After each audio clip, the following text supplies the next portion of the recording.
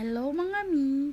5 months old na pala ang baby boy ko na si Kaloy, kaya gumawa ako ng DIY coffee cake niya. Nagtry lang ako kasi first time ko gumawa ng coffee flavor na cake at parang kalasa pala ito ng mocha cake.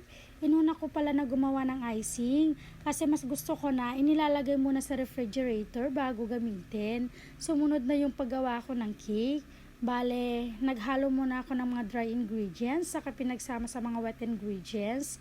At nung naisalang ko na sa oven yung cake, nahiga muna ako dahil pagod ako at di ko namalayan na over yata yung pagkakaluto. Pero nung tinikman ko, abay masarap naman dahil malalasahan mo yung coffee niya. Tamis at kunting asim, dala nang inilagay na white vinegar.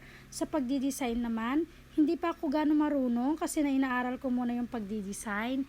Kailangan pang mag-practice para pwede nang mag-business. Naglagay ako ng Oreo, chocolate at ibang designs na edible designs para magmukhang maganda at maging colorful din. Gumawa ako ng DIY cake para sa pictorial ni Kaloy at iyan yung naging outcome niya. Gusto ko kasi na ako yung gumagawa, kaya kahit na hindi man perfect, at least nag-try ako. And soon, I know na sa pamamagitan ng pagpra-practice ko, makukuha ko din yung tamang pagdi-design. Practice makes perfect, sabi nga nila. Kaya go lang ng go mga mi. Salamat!